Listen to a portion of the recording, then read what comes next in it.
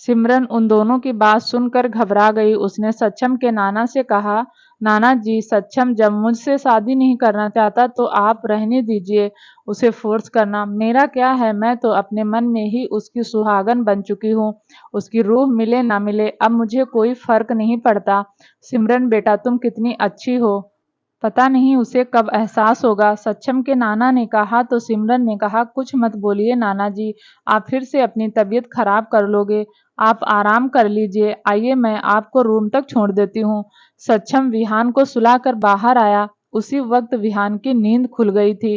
थोड़ी देर वह आंखें खोले सक्षम के आने का इंतजार करता रहा, लेकिन जब काफी देर सक्षम नहीं आया तो उसका चेहरा बन गया।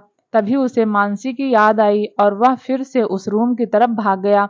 उसने जल्दी से मानसी के रूम का लॉक खोला और फिर अंदर आ गया। उसने देखा तो मानसी बेड के किनारे पर निढाल होकर रो रही थी। उसको इस तरह से रोते हुए देखकर विहान को बुरा लगा और उसने कहा, बुरे डैडी माँ को रुलाते हैं। यह कहकर वह मानसी के पास आया और बेड पर चढ़कर उसके आंसू अपने नन्हे हाथों से साफ किए। मानसी अपने ख्यालों में थी। जब उसे किसी के ऊपर का एहसास हुआ तो वह जल्दी से अपने होश में आई और सामने विहान को पाया। उसने इधर उधर अपनी गर्दन घुमाई, लेकिन उसे कोई नहीं दिखा विहान के अलावा। इसका मतलब सक्षम नहीं आया था। उसका दिल भर आया। उसे अचानक से एहसास हुआ कि सक्षम का उसके प्रति रवैया बहुत बदल सा गया है। उसने फिर विहान की तरफ देखा और उसके चेहरे पर हाथ फेरते हुए कहा, तुम फिर से यहाँ आ गए। तुम नहीं जानते कि तुम्हें फिर से डांट पड़ेगी। विहान ने प्यार से मानसी के गालों पर से आंसू साफ किए। मानसी को उसका ऐसा करना बहुत अच्छा लग रहा था। उसे देखते ही पता नहीं क्यों उसके चेहरे पर एक मुस्कुराहट आ जाती थी। मानसी ने उसे अपनी गोद में बैठा लिया और उसके गाल पर एक किस कर दिया, जिससे विहान का चेहरा फिर से लाल हो गया।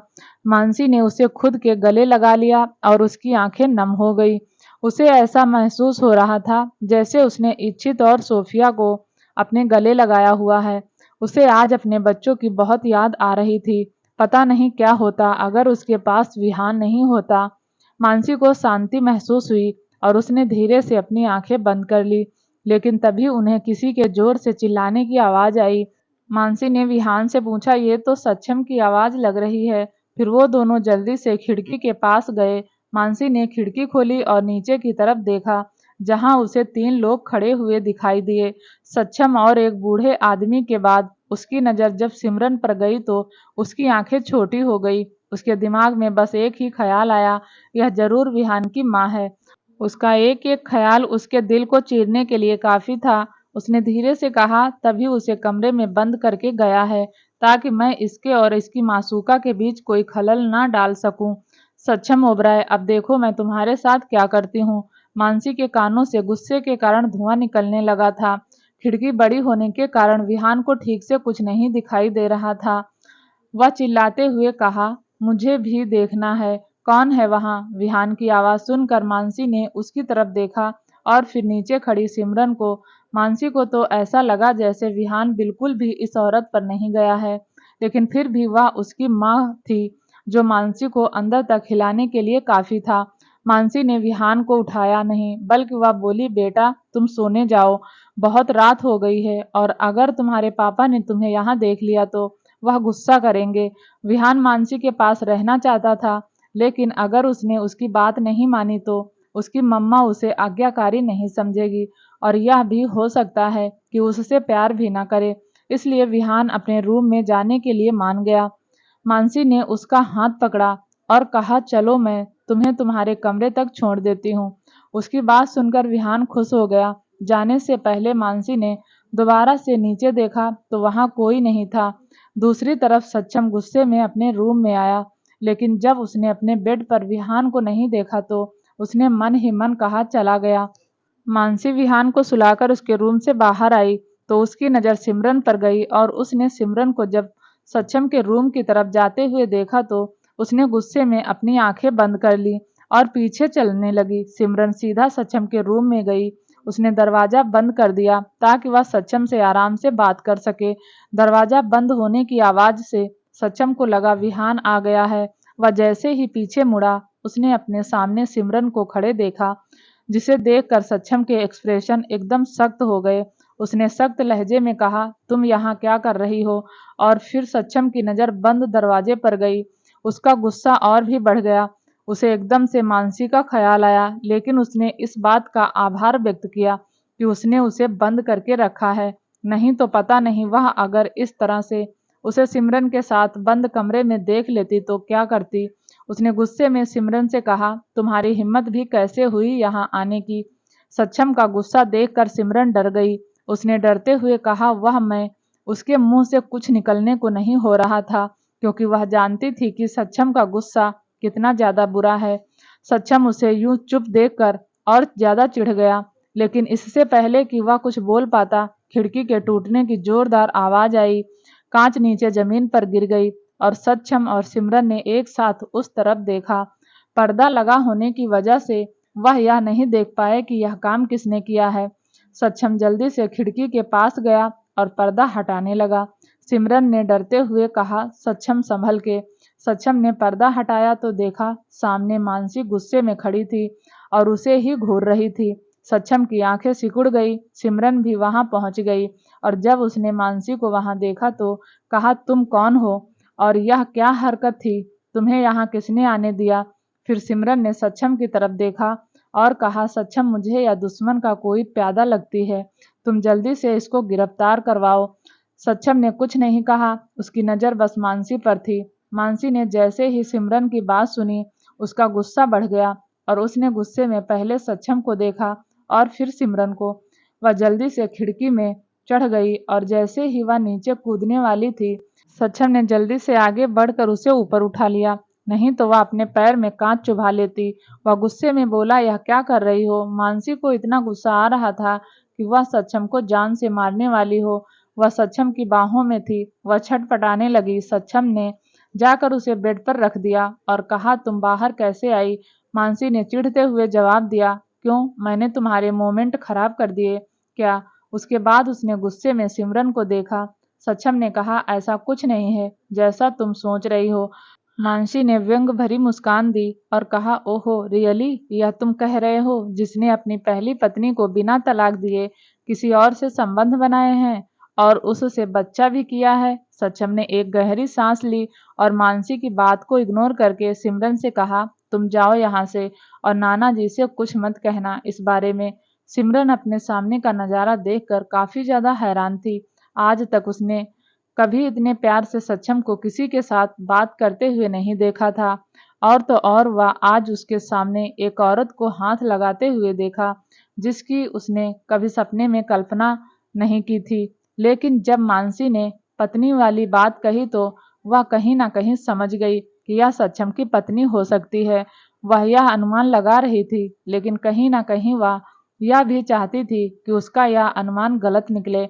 वह उन दोनों को छोड़कर जाना नहीं चाहती थी, लेकिन सक्षम की आवाज़ सुनकर उसने उसकी तरफ ऐसे देखा जैसे वह उससे कुछ पूछना चाह रही हो, लेकिन उसकी हिम्मत नहीं हुई और सक्षम की कठोर नज़रों को खुद के ऊपर महसूस करके वह घबरा गई और ना चाहते हुए भी उसे वहां से जाना पड़ा। उसको इस तरह से बिना शिकायत करके जाते हुए देखकर मानसी का मुंह खुला का खुला रह गया। वह तो पूरी तैयारी करके आई थी लड़ाई करने के लिए, लेकिन यहाँ तो सब कुछ उल्टा ही हो गया। जो उसने सोचा था, वह धीरे से बोली, यह तो इतनी आसानी से चली गई। कहीं मैंने किसी गलत औरत को तो सक्षम की वाइफ नहीं समझ लिया। उसने फिर सक्षम को देखा जो डोर बंद करके उसकी ही तरफ बढ़ रहा था।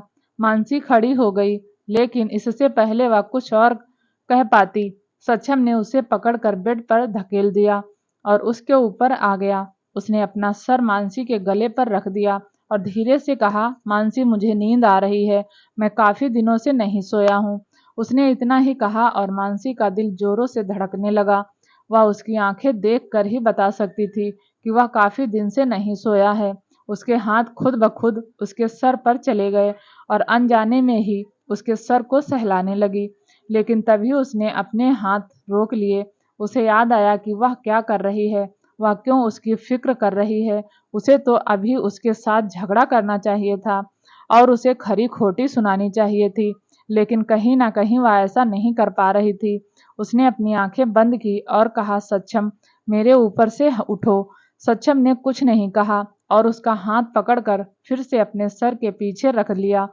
तुम रुक क्यों गई?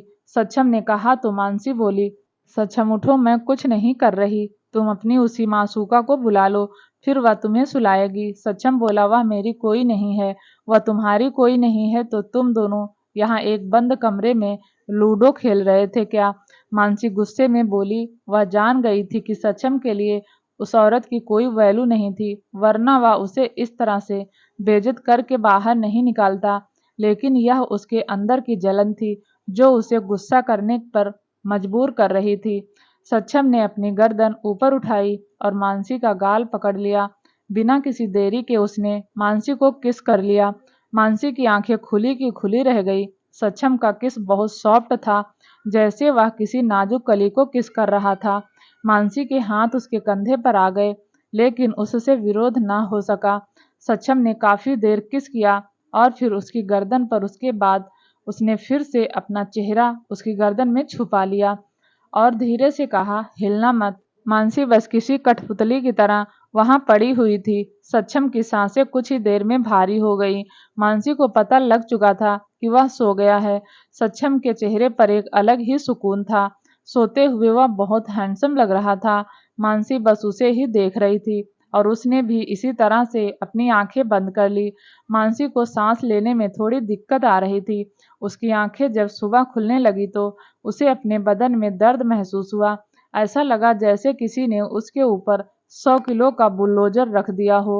उसकी आंखें खुली तो उसने अपनी गर्दन पर भारी सांसें महसूस की। उसने रात जो भी हुआ था उसे याद किया और सक्षम की पीठ पर अपने हाथ से मारते हुए कहा, सक्षम उठो, मैं मर जाऊंगी। सक्षम हिला और अगले ही पल वह मानसी के ऊपर से उठ गया। मानसी ने एक राहत की सांस ली। उसे लगा था वह आज मर ही जाएगी, लेकिन वह इस बात से इनकार नहीं कर सकती थी कि कल रात उसे सुकून भरी और अच्छी नींद आई। मानसी ने उठने की कोशिश की, लेकिन वह ठीक से उठ भी नहीं पा रही थी क्योंकि उसका बदन अक्कड़ गया था। सक्षम ने अपने हाथ आगे बढ़ाकर उसे जल्दी से बैठा दिया और बिना देरी किए उसे खुद की बाहों में ले लिया। उसने उसकी कमर पर हाथ फेरते हुए कहा, बहुत दर्द हो रही है। मानसी ने कहा, छोड़ो मुझे, यह तुम क्या कर रहे हो? सक्षम बोला, पूरी रात मेरे पास होकर मुझे बदनाम करके तुम कहती हो कि मैं तुम्हें छोड़ दूं। मानसी बोली, सच में तुम बदनाम हो गए, लेकिन तुम्हारी इज्जत ही कहाँ थी? जो आदमी एक बीवी के होते हुए दूसरी शादी कर सकता है और उसे धोखा दे सकता है, उसकी इज्जत कहाँ की? सक्षम मानसी के चेहरे पर गुस्सा साफ साफ देख सकता था। उसने प्यार से उसका चेहरा सहलाया और कहा, तुम गलत सोच रही हो, मैंने किसी के साथ शादी नहीं की। मानसी ने उसका हाथ झटक दिया और कहा, बकवास बंद करो। तुम्हें क्या लगा अगर तुम अपनी मासूका को मुझसे छुपा कर रखोगे, क्या मुझे पता नहीं लगेगा? सक्षम बोला, तुम कुछ ज्यादा ही सोच रही हो। मानसी उससे थोड़ा दूर हुई और बोली, सक्षम, मैं सब कुछ भूल जाऊंगी और तुम्हारी जिंदगी से हमेशा हमेशा के लिए चली जाऊंगी। तुम बस ऋषि को ढूंढ दो। वह पता नहीं कैसा होगा, कहाँ होगा, किस हालत में होगा। मैं जानती हूँ तुम यह काम बहुत आसानी से कर सकते हो। मानसी की बात सुनकर सक्षम के चेहरे के भाव कठोर हो गए। वह जानता था कि मानसी ऋषि के साथ यहाँ आई है। उसने पहले ही सब इन्वेस्टिगेशन करवा ली थी और वह यह भी जानता था कि ऋषि कहाँ था, लेकिन उसके दिल में उस आदमी के लिए 1% भी दया भाव नहीं था, इसलिए उसने ऋषि के ऊपर ज्यादा गौर नहीं किया। लेकिन मानसी के मुंह से उसका जिक्र सुनकर उसे गुस्सा आने लगा था। उसने फिर से मानसी को खुद के करीब खींच लिया और उसके गाल पर जोर से किस कर दिया। वह बोला, तुम मेरे सामने किसी और मर्द के बारे में कैसे बात कर सकती हो? मानसी को उसका सवाल इतना अटपटा लगा कि उसे हंसी आ गई और वह बोली, मैं तुम्हारे सामने किसी और मर्द के बारे में बात भी नहीं कर सकती और तुम किसी से बच्चा पैदा कर सकते हो। सक्षम ने उसका छोटा चेहरा अपने एक हाथ से पकड़ लिया और उसे अपनी आंखों में देखने पर मजबूर कर दिया। इस बार थोड़ा गुस्से में कहा, मानसी, मैं सक्षम ओबराय, मेरी बात ध्यान से सुनो। मैंने आज तक तुम्हारे अलावा किसी और को हाथ भी नहीं लगाया, समझी तुम? और अगर ऐसा होता तो तुम्हें क्या लगता है कि मुझे तुमसे कोई फर्क पड़ता? और अब तुमने दोबारा से यही बात दोहराई तो मैं तुम्हारे उस सो कॉल्ड फ्रेंड की जीभ काटने में देरी नहीं करूंगा। मानसी सक्षम की आंखों में लगातार देख रही थी। उसके शब्द सच थे, जैसा उसका मिजाज है। अगर उसकी गर्लफ्रेंड और बीबी होती तो उसे क्यों मानसी से फर्क पड़ता। वह जिस तरह का इंसान है उसे सिर्फ खुद से ही प्यार है। यह सोचकर मानसी को अच्छा तो लगा, लेकिन उसके दिमाग में सवाल की बौछार आ गई। उसने जैसे ही अपना मुंह कुछ कहने के लिए खोला, सक्षम ने उसके लिप्स पर अपनी उंगली रख दी और कहा, इस वक्त मैं तुम्हें विहान के बारे में कुछ नहीं बता सकता। सक्षम ने कहा तो मानसी ने दोबारा नहीं पूछा, लेकिन यह ख्याल उसे कहीं ना कहीं खाए जा रहा था।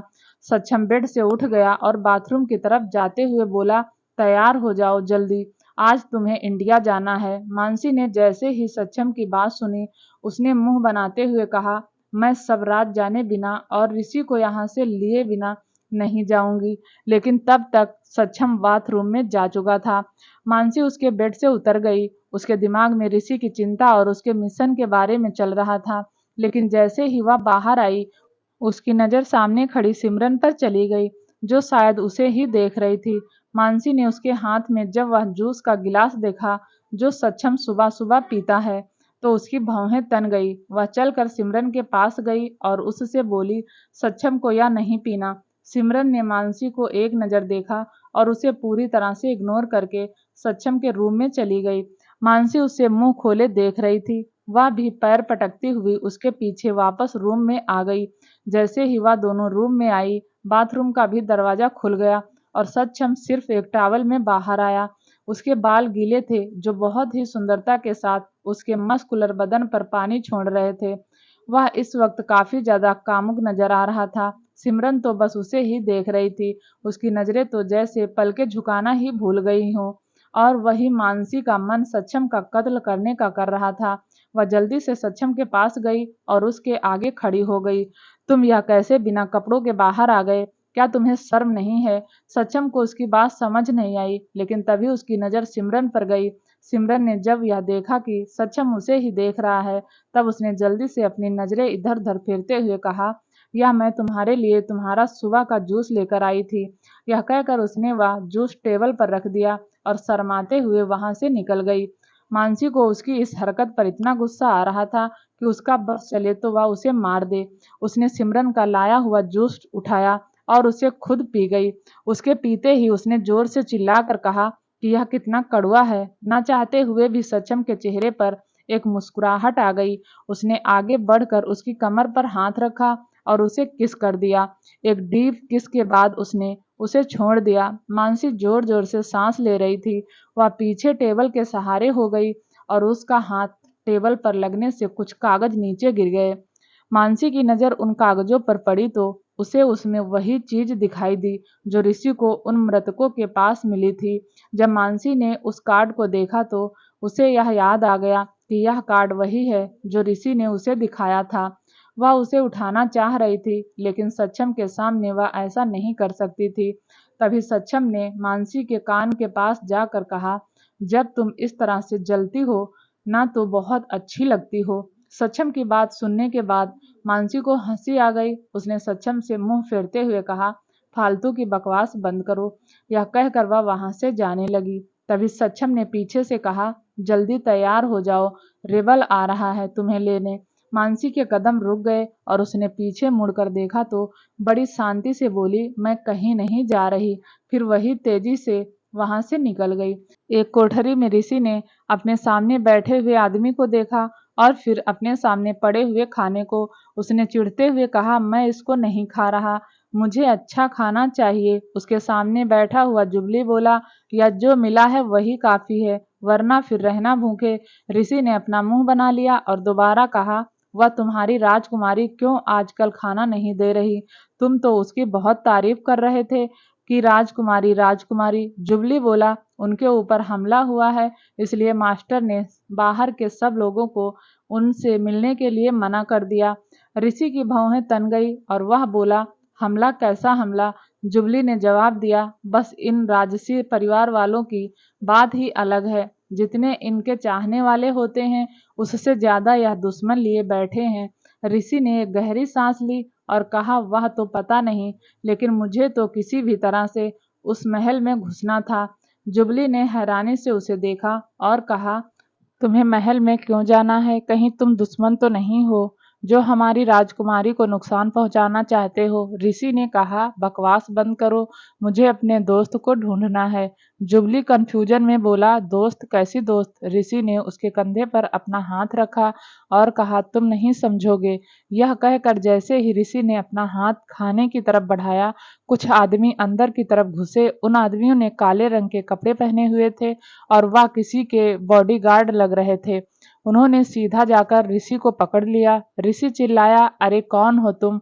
मुझे पकड़कर कहाँ लेकर जा रहे हो? छोड़ो मुझे। लेकिन उन आदमियों ने ऋषि की एक नहीं सुनी और उसे दोनों टांगों से उठाकर ले गए।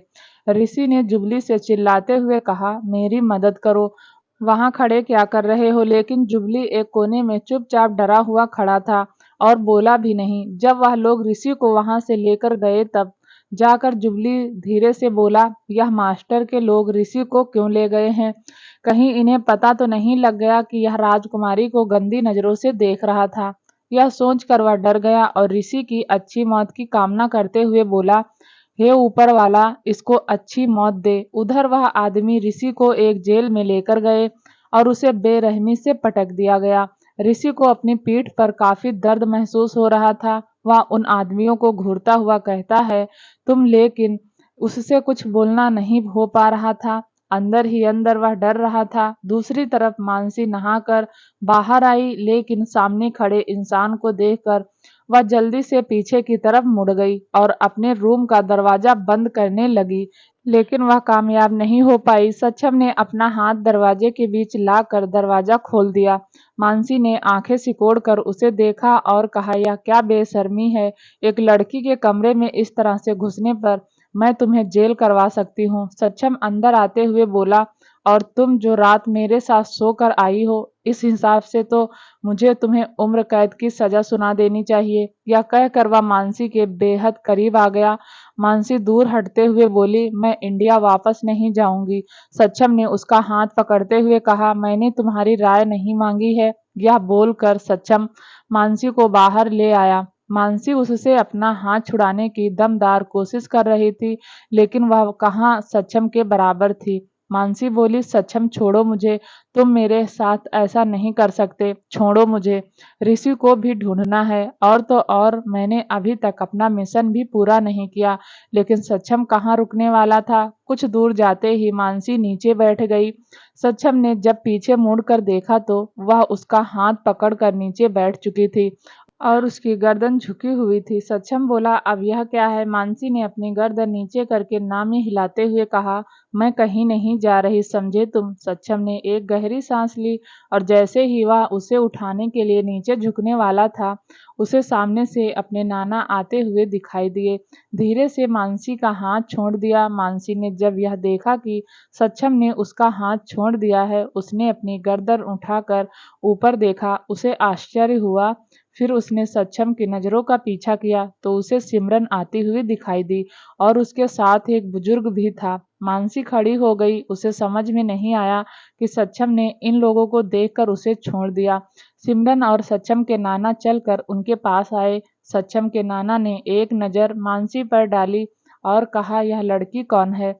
सक्षम ने अपने नाना को देखा लेकिन कुछ कहा नहीं। उसकी नज़र फिर सिमरन पर गई, जो अपनी नजरें नीचे झुकाए थी। सक्षम को लगा कि शायद सिमरन ने उसके नाना को सब कुछ बता दिया होगा, लेकिन सिमरन ने फिर सक्षम को देखा और धीरे से अपनी गर्दन ना में हिला दी, जैसे कह रही हो उसने कुछ नहीं कहा। तभी वहां पर सुरभि भी वहां आ गई और उसने मानसी के कंधे पर हाथ रखते हुए कहा, ओह नाना जी, यह लड़की मेरी सहेली मानसी है। मानसी ने हैरानी से सुरभि को देखा तो सुरभि ने उसे आंख मार दी। सक्षम के नाना ने फिर मानसी की तरफ ध्यान नहीं दिया और सक्षम से कहा, अगले हफ्ते तुम्हारी और सिमरन की शादी है। यह मेरा आखिरी फैसला है और तुम इसके आगे कोई बकवास नहीं करोगे। यह कहकर वह वहां से चले गए। सिमरन ने सक्षम से कहा, मैंने कुछ नहीं किया, यह नाना जी का फैसला है। यह कहकर वो नाना के पीछे पीछे चली गई। सक्षम ने एक नज़र मानसी को देखा और फिर सुरभि को, उसके बाद वह वहां से निकल गया। सबके वहां से जाने के बाद अब वहां सिर्फ मानसी और सुरभि रह गई थी। मानसी की आंखें बस उस तरफ थी जहां से सक्षम गया था। उसे समझ में नहीं आ रहा था कि उसे इस बात पर कैसे रिएक्ट करना चाहिए। उसे रोना चाहिए या हंसना चाहिए। उसकी ऐसी हालत देखकर सुरभि को बुरा लगा और उससे भी ज्यादा गुस्सा उसे सक्षम के ऊपर आया, जो इतना रूढ़ व्यवहार करके यहाँ से बिना कुछ बोले चला गया। उसे अपने भाई के ऊपर काफी ज्यादा गुस्सा आ रहा था, क्योंकि उसके भाई को कभी किसी के ऊपर प्यार दिखाना नहीं आता था। और तो और वह खुद की बीवी को भी ऐसे ट्रीट करते हैं जैसे वह कोई गैर हो। मानसी की आंखें नम हो चुकी थी। उसने अपने आंसू छुपाने के लिए इधर-उधर देखना शुरू किया, लेकिन सुरभि से उसका दुख छुप नहीं पाया और उसने मानसी के कंधे पर हाथ रखकर कहा, भैया उससे कभी शादी नहीं करेंगे। मानसी को सुरभि की बात सुनकर थोड़ा अजीब लगा। फिर उसने कहा, मुझे उससे कोई फर्क नहीं पड़ता, चाहे वह एक शादी करे या हजार। सुरभि मुस्कुराई और बोली, वह तो आपकी आंखें सब बयां कर रही हैं। मानसी ने अपनी आंखें साफ करते हुए कहा, ऐसा कुछ भी नहीं है, तुम्हें कोई गलत फहमी हुई है। यह कहकर वो जाने लगी तो सुरभि ने उसका हाथ पकड़ लिया और कहा, भाभी। उसके मुंह से इस तरह से भाभी शब्द सुनकर मानसी को अजीब लगा। उसने फिर सुरभि की बात को दोबारा से कहा, भाभी। सुरभि बोली, मैं सब जानती हूँ, आप ही मेरी भाभी हो। मानसी हैरान थी, उसके मुंह से कोई शब्द निकलने को नहीं हो रहा था। वह कुछ देर बाद बोली, यह तुम क्या कह रही हो, तुम्हारी भाभी तो। यह बोलते हुए मानसी रुक गई और उसने कुछ सोचा। सक्षम अगर उस औरत से अगले हफ्ते शादी कर रहा है तो विहान की माँ कौन है, और मैंने उसे अभी तक क्यों नहीं देखा। यह सवाल दिमाग में आते ही मानसी ने सुरभि से पूछा, क्या वही विहान की माँ है। उसका सवाल सुनकर सुरभि को थोड़ा अजीब लगा, क्योंकि उसके हिसाब से तो उसके सामने खड़ी हुई औरत विहान की माँ होनी चाहिए, लेकिन एक माँ को कैसे पता नहीं कि उसका भी एक बेटा है। सुरभि ने मन ही मन सोचा, पता नहीं भाई ने क्या क्या राज छुपाए हैं। अब भाभी को यही पता नहीं कि विहान उनका बेटा है। वह अपनी ही सोच में थी कि मानसी ने दोबारा से पूछा, क्या हुआ, बताओ मुझे। सुरभि ने सोच समझकर जवाब दिया, उसकी माँ का किसी को कुछ पता नहीं। जब वह सिर्फ 2 दिन का था तब भाई उसे अपने साथ लेकर आए थे। वह भी इसलिए क्योंकि नाना जी उस वक्त भी भाई की शादी के लिए उन्हें फोर्स कर रहे थे। मानसी सुरभि की बातें सुनकर हैरान थी। इसका मतलब सक्षम के बच्चे की माँ का किसी को नहीं पता। मानसी के दिमाग में अलग अलग सवाल गूंजने लगे। तभी सुरभि दोबारा से बोली, भाभी मुझे नहीं पता विहान की माँ कौन है, लेकिन मुझे इतना जरूर पता है कि मेरा भाई आपसे बहुत प्यार करता है। आज तक मैंने कभी उनकी आंखों में ऐसा प्यार किसी के लिए भी नहीं देखा। मैं जानती हूँ बहुत ज्यादा खड़ूस हैं, किसी की नहीं सुनते, अपनी ही चलाते हैं। उन्हें हर एक काम उनके हिसाब से चाहिए, लेकिन वह आपसे बहुत प्यार करते हैं। जैसे जैसे सुरभि अपनी बातें पूरी कर रही थी, वैसे वैसे मानसी की दिल की धड़कनें बढ़ती जा रही थी। वह बहुत ध्यान से सुरभि की बातें सुन रही थी। सुरभि ने आगे कहा, वह आज ऐसे हैं तो उसके पीछे बहुत बड़ा दर्द छुपा हुआ है, जो शायद उन्होंने आपको भी नहीं बताया होगा। यह कहते हुए सुरभि की आंखों में आंसू आ गए।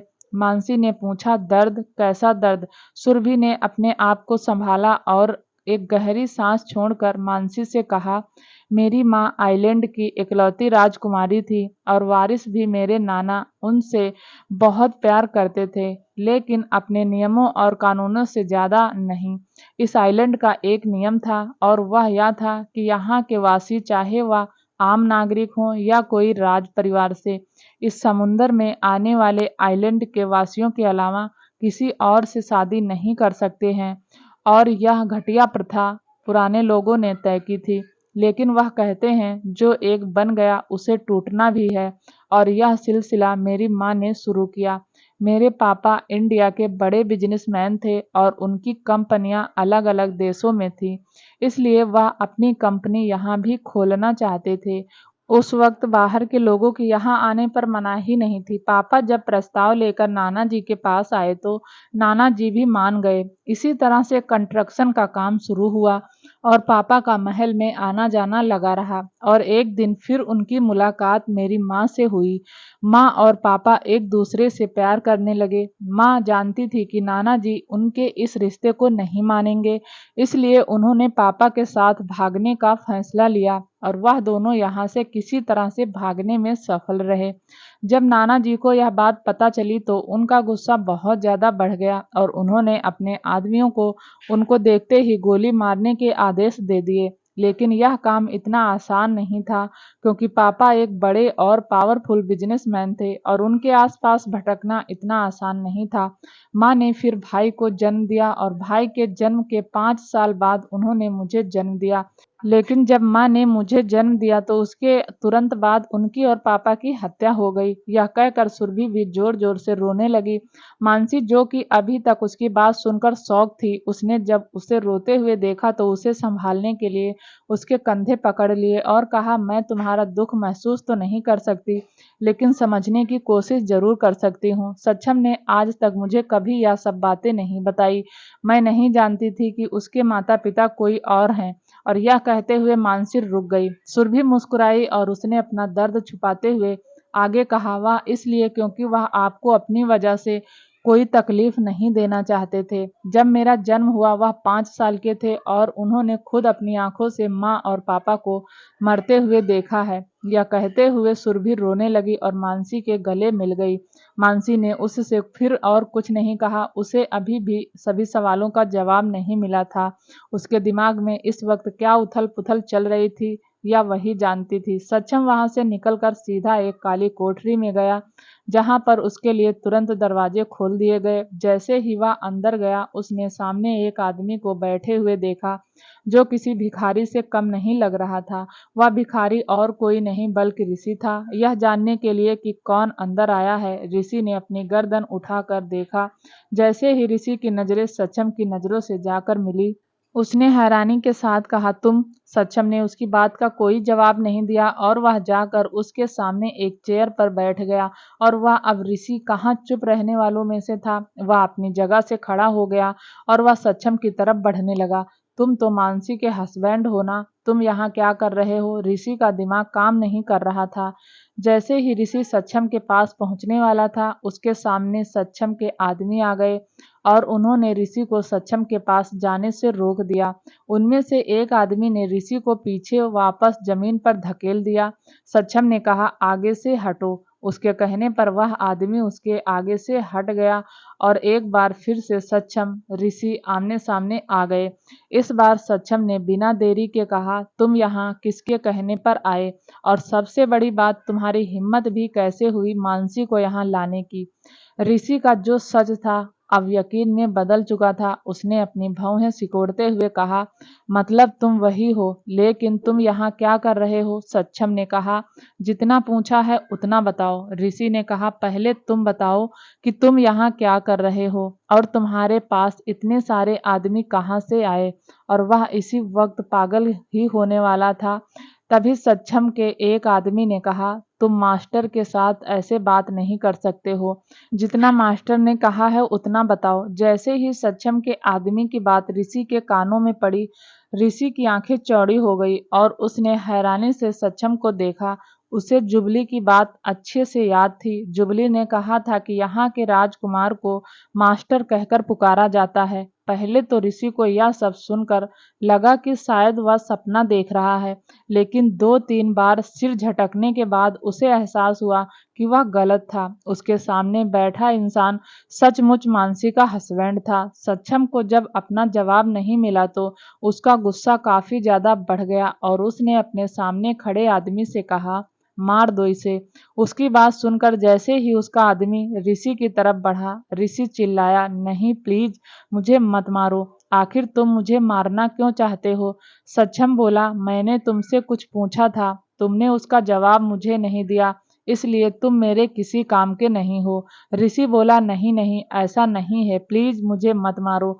मैं तुम्हारे हर सवाल का जवाब दूंगा, लेकिन पहले तुम्हें भी मेरे सवालों का जवाब देना होगा। सक्षम ने अपने आदमी से कहा, रुक जाओ। ऋषि ने चैन की सांस ली और कहा, पहले तुम मुझे यह बताओ कि तुम यहाँ क्या कर रहे हो?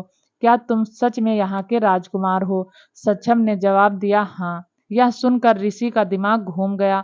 उसने अपना सर पकड़ते हुए कहा, लेकिन तुम कैसे? मुझे कुछ समझ में नहीं आ रहा है। सक्षम बोला, इतना समय नहीं है मेरे पास कि मैं तुम्हें अपने जन्म से अब तक की कहानी बताऊं। इसलिए अब तुम मुझे यह बताओ कि तुम्हें किसने यहाँ आने को कहा और तुम मानसी को यहाँ लेकर क्यों आए हो? और बात घुमाने की कोशिश भी मत करना, क्योंकि उसका अंजाम तुम जानते हो क्या होगा। सक्षम की बात सुनकर ऋषि ने कहा, हमें मिशन मिला है और इस मिशन के बारे में मैं तुम्हें नहीं बता सकता। सक्षम की भौहें तन गईं। शायद उसने जो अनुमान लगाया था वह सही था। इसलिए उसने पूछा, किसने दिया तुम्हें यह मिशन? ऋषि ने कहा, क्या तुम नहीं जानते कि आर्डर आगे से आते हैं? मैं खुद मुंह उठाकर यहाँ नहीं आया हूँ। यहाँ सक्षम की भौहें तन गई और वह बोला, मानसी को तुम यहाँ क्यों लेकर आए, जबकि वह तो ना पुलिस डिपार्टमेंट में है और ना ही किसी इन्वेस्टिगेशन टीम में। ऋषि ने जवाब दिया, मुझे साथ में किसी लड़की को ले जाने के लिए कहा गया था और आईजी सर ने भी मानसी का ही नाम सजेस्ट किया था। आईजी, यह नाम सुनते ही सक्षम का दिमाग ठनका और वह अपनी जगह से उठकर वहां से बाहर आने लगा। पीछे से ऋषि चिल्लाया, तुम कहाँ जा रहे हो? मुझे यहाँ से निकालो। लेकिन सक्षम ने उसकी बात नहीं सुनी। उसने बाहर आते ही अपना फोन निकाल लिया और एक फोन मिलाया। मुझे महाराष्ट्र के आईजी की फोटो भेजो और साथ ही साथ में उसकी सब डिटेल, सक्षम ने कहा और फोन काट दिया। कुछ ही देर में सक्षम का फोन ठनका और फिर उसने तुरंत फोन को देखा। उसमें एक फोटो आई थी जो कि आईजी की थी।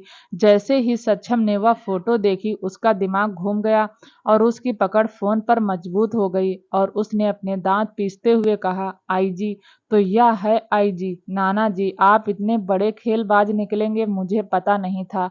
उसके दिमाग के सामने फिर एक एक करके पुरानी याद घूमने लगी और उसकी आंखें लाल हो गई। उधर सुरभि को मानसी चुप करवा रही थी और दूर से एक खिड़की पर सिमरन और सक्षम के नाना खड़े हुए थे। सिमरन ने परेशान होते हुए कहा, नाना जी, क्या सक्षम मुझसे शादी करेगा? नाना जी बोले, जरूर करेगा। इस बार हमें उसकी दुखती नस पर वार करना है और यह लड़की जो यहाँ रुकी हुई है उसे भी धक्के मारकर वह खुद यहाँ से निकालेगा। दोस्तों, आगे की कहानी सुनने के लिए प्लीज चैनल को लाइक शेयर सब्सक्राइब जरूर करें। मिलते हैं अगले एपिसोड में, तब तक के लिए नमस्कार, धन्यवाद।